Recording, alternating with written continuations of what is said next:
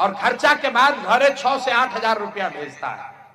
तो अगर 10-12 हजार रुपया के रोजी रोजगार का व्यवस्था बिहार में हो जाए तो कोई आदमी उसमें जाना नहीं चाहेगा। तो ये व्यवस्था कैसे होगा? तो हम लोग जन सुराज में कहते हैं कि रोजगार मिलने का क्या उपाय है। बिहार में आदमी बुझेला कि सरकारी नौकरी होई, कितना आदमी आके बुर्बक कहते कि हम 10 लाख नौकरी दे दे, लड़का वही में अजुराइल बाड़न की सरकारी नौकरी से बेरोजगारी दूर हुई। तो वह एगो आंकड़ा याद रखी कि पिछला 78 साल में बिहार में जितना आदमी सरकारी नौकरी आज कर रहा बाड़न, चपरासी से लेकर मुख्य सचिव तक, संविदा कर्मी को भी जोड़ लीजिए, सबका संख्या गिनिएगा तो 23.25 लाख आदमी को सरकारी नौकरी है। 23.25 लाख आदमी को सरकारी नौकरी मिला है 78 साल में। मतलब 1.97%, करीब करीब 2% आदमी को सरकारी नौकरी है। तो किसी भी हालत में सरकारी नौकरी से तो सबको रोजगार नहीं मिल सकता है। कुछ आदमी कहता है कि भैया फैक्ट्री लग जाए तो उसे रोजगार मिल जाए, नहीं मिलेगा। क्यों नहीं मिलेगा? क्योंकि पूरा जो अर्थव्यवस्था बा, जे में तनी मनी भी इकोनॉमिक्स समझत हुई, अर्थशास्त्र अगर समझते हैं आप, तो जो पूरा जो अर्थव्यवस्था है इसका 3 पिलर है। खेती है, फैक्ट्री है, और तीसरा है जिसको कहते हैं सर्विस सेक्टर। होटल बा, अस्पताल बा, स्कूल बा, रेस्टोरेंट बा, गाड़ी बा, जितना चीज कंजम्पशन जो आप खा पी रहे हैं, करीब करीब खेती और फैक्ट्री अगर दोनों मिला दीजिएगा तो 35% होता है। 65% है सर्विस सेक्टर। सैलून कोई खोला है, कोई मिठाई का दुकान खोला है, कोई रेस्टोरेंट चला रहा है, कोई स्कूल चला रहा है, कोई अस्पताल चला रहा है, कोई टैक्सी का धंधा किया है, ये सब सर्विस सेक्टर है। तो 100 रुपया के अर्थव्यवस्था में 65 रुपया ये सर्विस सेक्टर है। और सर्विस सेक्टर में सबसे ज्यादा जरूरत क्या है? आपके पास पूंजी होना चाहिए। पैसा रही तबे ना रवा रोजी रोजगार करब। तो बिहार में पूंजी का बहुत बड़ा अभाव है। यहां लोगों के पास पूंजी नहीं है। आपको लगता है कि यहां लोगों का पलायन होता है।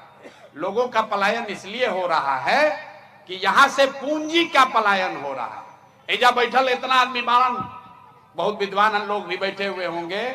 आपको यह शायद पता नहीं है कि बिहार से हर साल 2.5 लाख करोड़ रुपया, 2.5 लाख करोड़ रुपया बैंक, जो आप और हम अपने बैंक में यहां जमा करते हैं, 2.5 लाख करोड़ रुपया बैंक वाला बिहार से बाहर भेजता है। गुजरात में, तमिलनाडु में, उत्तर प्रदेश में, कर्नाटक में, आंध्र प्रदेश में। ये आंकड़ा कहां से बा? रिजर्व बैंक ऑफ इंडिया बताता है। बैंक जो है, बैंक का जिम्मेवारी है कि जितना रुपया आप बैंक में जमा कीजिएगा उसका 70% पैसा आपको, समाज को ऋण के तौर पर मिलना चाहिए, जिससे आप घर बना सकें, गाड़ी खरीद सकें, धंधा रोजी रोजगार कर सकें। तो पूंजी का यही 2 स्रोत है। पूंजी आदमी के पास कहां से आता है? जो पैसा आप कमाते हैं, जो खर्चा के बाद बच गया वो आपका पूंजी हुआ। और दूसरा पूंजी का स्रोत है जो बैंक से कर्जा लिए, वो आपका पूंजी है। मान ली कि रुआ घर बनावता नहीं, 1 लाख रुपया रुआ बचत कैले बानी, 4 लाख रुपया बैंक से लेनी तो 5 लाख के घर बनावता नहीं, फिर धीरे धीरे कर्जा वापस करब। तो ये जांचने के लिए रिजर्व बैंक ऑफ इंडिया एक आंकड़ा जारी करता है जिसको कहते हैं CD रेशियो। सबके ना भी बुझाई तर बुझी कि एगो आंकड़ा होला कि कितना रुपया बैंक में जमा भइल और कितना रुपया बैंक वाला लोन के तौर पर समाज को दिया। देश में कानून है, संविधान है कि बैंक में अगर 100 रुपया जमा हो तो 70 रुपया बैंक को वापस समाज को देना है, धंधा के लिए, रोजी रोजगार के लिए, घर बनाने के लिए, गाड़ी खरीदने के लिए। बिहार में बैंक वाला देता है कितना? 40 रुपया। बाकी पैसा कहां जाता है? बाकी पैसा बैंक वाला उस राज्य में भेजता है जहां पर रोजी रोजगार हो रहा है, गुजरात में, कर्नाटक में, तमिलनाडु में।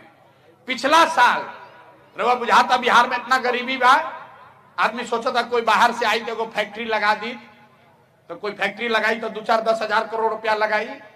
पिछला साल बिहार के गरीब जनता ने बैंक में पैसा जमा किया 4,21,000 करोड़ रुपया। ध्यान से समझिए, जितना बैंक बिहार में है इसमें हम लोग मिलकर पैसा जमा किए 4,21,000 करोड़। अब बैंक वाला पैसा आपको लोन पर कितना दिया? 1,61,000 करोड़। बाकी पैसा कहां गया? बाकी पैसा बैंक वाला दूसरे